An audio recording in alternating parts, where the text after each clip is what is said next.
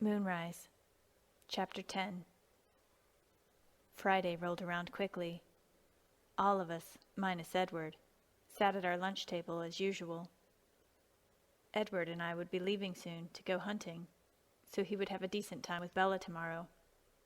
I was very excited, because I was finally going to meet Bella, even though Edward wasn't all that enthusiastic. Jasper sat beside me, his hand holding mine, and let out a laugh.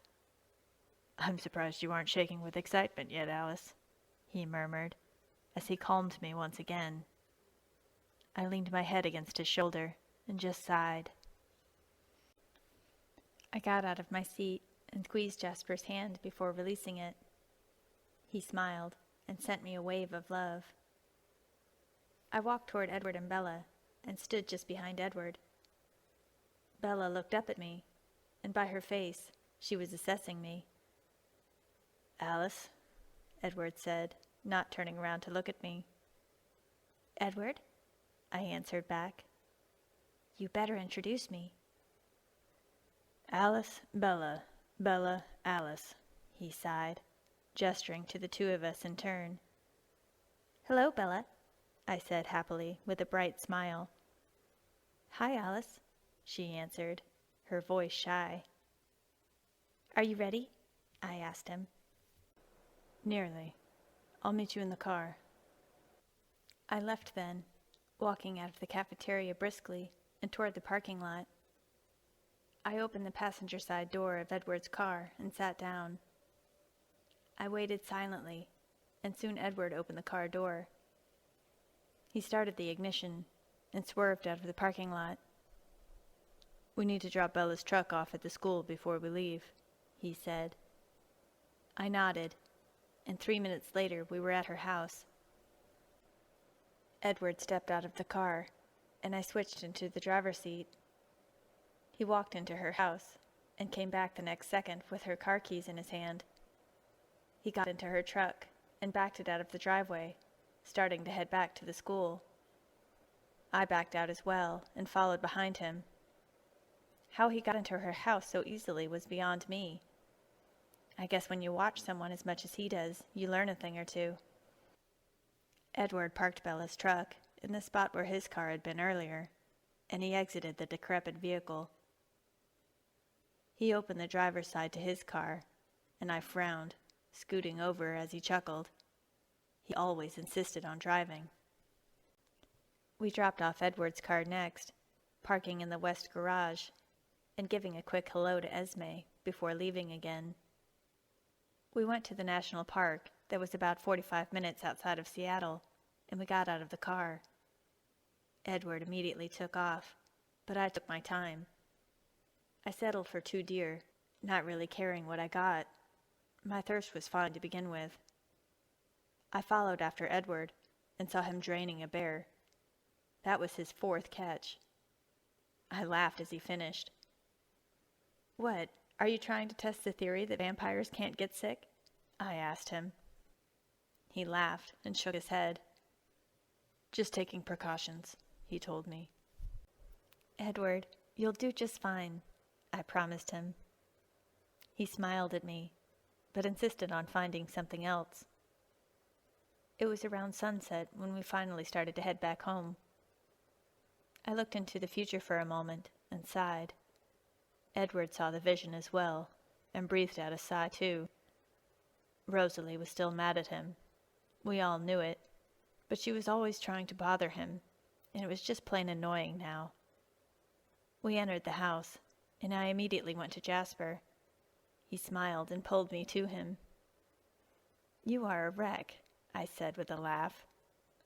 His emotions were everywhere, and I couldn't help but duck away from him. I walked to our bed and pulled down the covers, laying down in the process. "You should rest," I murmured with a laugh. "I think I should," he murmured, and settled himself down beside me, pulling me close to him.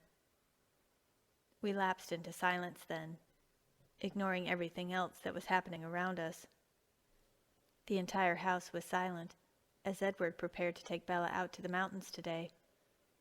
I could hear him shuffling around in his room for a while, and then he walked down the 2 flights of stairs to the first floor. Esme and Carlyle were downstairs waiting for him.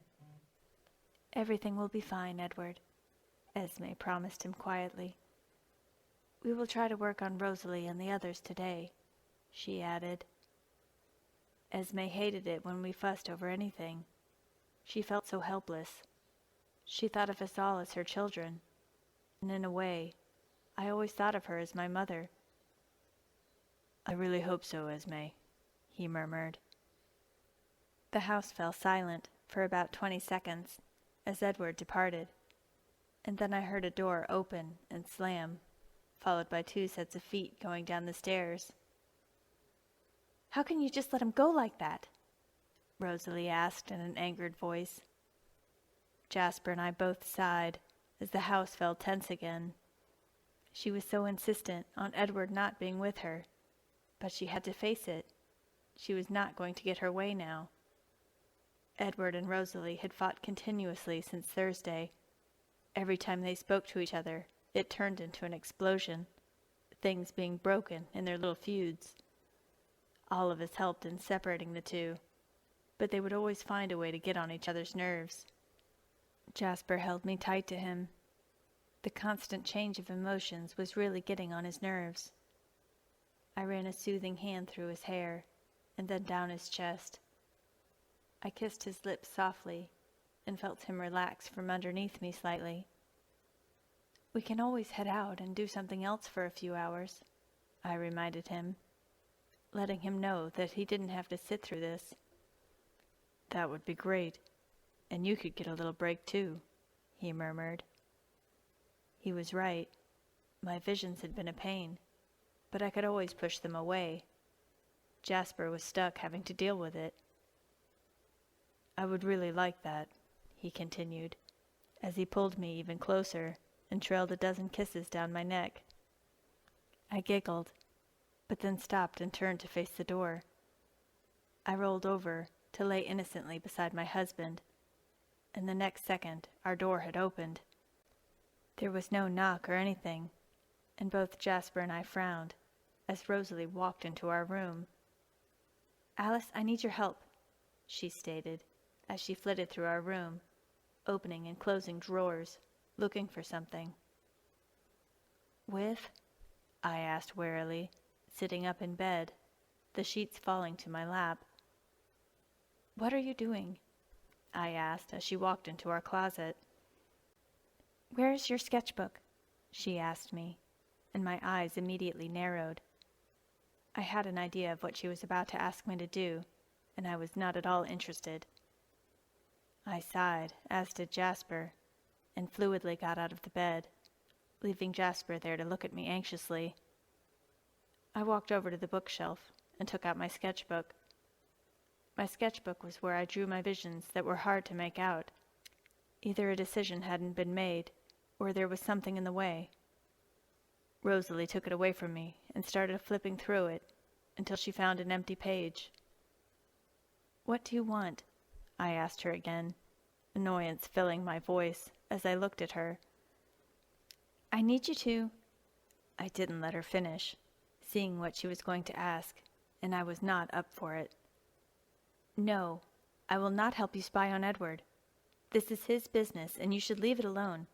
Give him some space," I told her sternly. "But—" "No," I answered again swiftly, my anger starting to rise in me. "I am so tired of the 2 of you fighting over nothing. Can you leave it alone? Let him be happy. It is not much to ask, okay? We are all so sick of it. Just drop it," I hissed at her. "She's human, Alice." "We all know that, but you are the only one right now that's dwelling on it. You know that your problem with her isn't that she's human. Your problem is that you just can't stand that Edward found—" "Don't say it!" she growled at me, and I felt movement when Jasper stood beside me, tugging on my hand. "Calm down," he told us quietly. I could feel him pushing Serenity toward us, but neither of us took it in, glaring daggers at one another. She took the silence to turn the argument against me. "What do you have to say for yourself?" All you've been doing is keeping secrets from all of us for Edward. You are Jasper's wife, not Edward's, and you don't even seem to care if Jasper knew or not," she stated, as she continued to give me a death glare. I was about to open my mouth to talk again, but then shut it closed, as I registered what she had said to me. I tried not to display it on my face, but hurt washed through me, and I knew that Jasper felt it too. "That's enough," Jasper said to her, but he knew the damage was already done. Rosalie stood there with a smirk on her face, waiting for me to say something back, but I never did. Jasper wrapped his arms around me, and I shrugged away from him, turning on my heels and walking away from Rosalie. "Alice," Jasper said. I heard movement and knew that his gaze was on me. I continued to walk away from them, walked down the hall and down the stairs. Carlisle, Esme, and Emmett were all frozen, as they had heard us fussing, and they had pained looks on their face, wondering if they should interfere or not. Their gazes landed on me, but I ignored them. Emmett was the first to move, going up the stairs and walking into our room. I saw Esme taking a step toward me, but I shook my head at her, letting her know I was fine, but she knew better. I sped up my pace as I left through the back door. Inside the house I heard them murmuring in hushed but angered tones. "What did you do?" I heard Emmett ask Rosalie. Jasper's voice was the one I heard above all of them, being so attuned to him. "Why did you say that to her? She's under enough stress as it is. Then you practically tell her I hate her," he said to her, trying to be calm, but the tension slipped through his voice as he talked. I jumped over the lake behind our house and started to sprint away from them all. Had I really paid so little attention to Jasper? I was with him all the time, and he knew better than to think that I loved someone else more than I loved him. I finally stopped and looked around me. I sat on the cool, damp ground and wrapped my arms around myself. Guilt was starting to course through my body as everything settled in my head. I shut my eyes tight while wishing that it would all go away, all of the pressure and emotions from the past few days. A sob escaped my throat, and I tried to hold the rest of them back, because I knew that sobbing over this wouldn't help me. Jasper didn't come like he always did when I was like this, and it only confirmed my thoughts. He probably thought Rosalie was right. I hated that I had done this to him, and I knew that he was mad at me. More time ticked by, and I was about to head back home when I heard movement coming my way. I ignored whatever it was until I caught the scent. "Alice?" Jasper asked in a worried voice, and then I felt arms wrap around me. My eyes flew open, and I looked at his face. "I'm sorry. So sorry, Jasper. I didn't mean for... I'm so sorry, Jas. I didn't know. His lips met mine in an easy attempt to shut me up. "You have nothing to worry about, Alice. There's nothing to be sorry for. Rosalie's just trying to bother you," he told me softly. "I would have come sooner. Esme wanted me to give you some time, but I couldn't take it anymore," he murmured. "Are you mad at me?" I asked. "No, Alice, never," he murmured to me. He picked me up bridal style and held me in his arms. "I love you. I am so sorry for everything. She is right. I am your wife, not his, and I haven't been the best wife in the past month," I whispered with a sob. "No, my love. You've been the perfect wife always. Don't listen to her," he murmured, giving me a soft kiss. "No, I don't deserve this," I whispered. "Yes, you do. You deserve everything, Alice," he told me. "Please tell the truth, Jasper. Is she right? Have I not been paying enough attention to you?" I asked, looking into his golden eyes. "Listen to me, Alice. You have done nothing wrong. She just took her anger out on you. She wasn't thinking," he reassured me. "I'm sorry." "Stop apologizing," he whispered, and brought his lips back up to mine. I melted into him this time and sighed against his lips. He shifted me in his arms, so my legs wrapped around him. I wrapped my arms around his neck and pulled back from him. I opened my mouth to speak again, but he kissed me. "No apologizing," he said firmly, and stifled a laugh. "You always know how to make me feel better," I whispered as I looked into his eyes. "It's my job," he said with a chuckle. He pulled my face to his and kissed me again. His hands moved up my side, and I smiled against him. "I love you more than anything, and no one should tell you otherwise and you believe them," he told me as he kissed my nose. "I love you too," I whispered. His hand trailed at my shirt, and his eyes twinkled. I felt my head move up against a tree, and he pressed himself to me closer. I giggled as he sucked my bottom lip and chewed on it softly. He pulled away then with a sigh. "We should head back home. Esme and Carlisle were worried about you," he said softly. "No, I want to stay here," I moaned, pressing myself against him. He kissed me once more, and I quickly moved my hands to the back of his head, keeping his lips pressed against mine. He gave in and kissed me once again, but pulled away after a while. He chuckled and set me on my feet. "We really should head back," he told me, and this time I nodded. We ran back to the house quickly, jumping the lake with one bound, and landed on the other side easily. We slowed to a walk as we entered the house. Esme and Carlisle were in the family room waiting. Esme turned as she saw us. "Alice," she murmured, and came up to give me a hug. "We were so worried about you," she murmured. "I'm fine," I promised both of them. The house was silent other than Esme and Carlisle.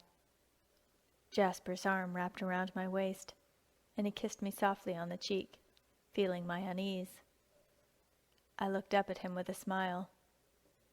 "I really am fine," I reassured them all. We rarely showed affection for each other with anyone around, but Carlisle and Esme were different. They were like us in a way, keeping private about their relationship, but still showing it subtly. They didn't tease either. They left us alone about our relationship, like we did theirs.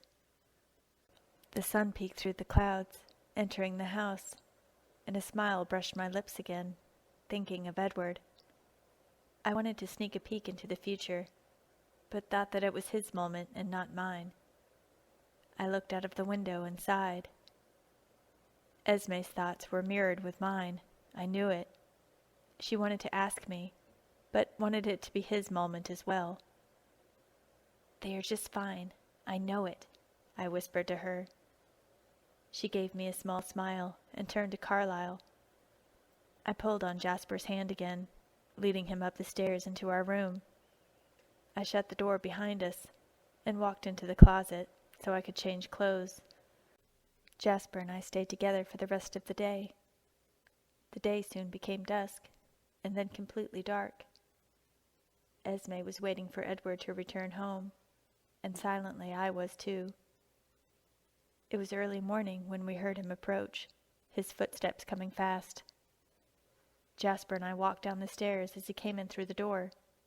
He had a huge smile on his face, and we all sighed in relief. "How was it? How did she react?" Esme asked with a smile. "She was so trusting, so kind," he murmured. "I kissed her," he said, and then a smile pulled at his lips. "That's wonderful, Edward," Esme said happily. Jasper pulled me closer to him, and I could feel the happiness rolling off him as well. We all sat down as Edward explained the day's events, but he soon stopped. "Where are Emmett and Rosalie?" he asked, finally noticing that they weren't there. "It's a really long story. I don't know," Carlyle said. "They said they would be back before noon, though," he continued. Edward nodded, reading our minds as he said this. His eyebrows raised slightly, and he turned to look at me for a second. "Thank you," he murmured. I shrugged, not wanting to bring up what had already happened. "She is amazing," he murmured with a bright smile, finishing his story. "I love her," he whispered. "You were right," he continued as he turned to me. "I always am," I laughed. "I have a question," Edward said quietly. My excitement spiked as I knew what he was going to ask. "What is it?" Esme asked him. "I would like to bring Bella here. Is that all right with all of you?" he said. "Yes, that's a great idea, Edward. I would love to meet her," Esme said with a bright smile. Jasper had tensed. I could feel the worry coming off of him. I squeezed his hand in reassurance. I saw Edward glance at Jasper for a moment, and I frowned at Edward. Edward excused himself so he could get ready to leave again. Jasper and I walked up the stairs into our room to sit on the bed. I had a feeling he wanted to talk to me about something, but it felt like he was waiting for something else, which confused me. "What's wrong?" I asked him quietly, as I perched myself on his lap. He wrapped his arms around me and rested his head on mine. Then there was a light knock on the door. "Come in," I sighed, exasperated. Edward walked into our room and looked at Jasper. I felt Jasper tense again, and I took his hands in mine. "What's wrong?" I asked both of them, feeling out of the loop for once. "If you don't think you can do it, keep your distance," Edward said coldly. Edward was talking about Jasper's control. "Edward," I said as my eyebrows shot up. "He can handle it, I know he can," I said, but he was gone. I heard his footsteps running through the forest. I turned to Jasper. "He didn't mean that," I said. I knew Jasper could do it. He just had to have more faith in himself. "I know he didn't, but I would like to make sure I don't make a mistake. I should hunt before she comes," he said. "We can go now if you want to," I told him. "The two of them won't be here until around 11, I said as I looked into the future. "That is a good idea then," he said. And with that, the two of us left through our window, and we ran through the forest hand in hand.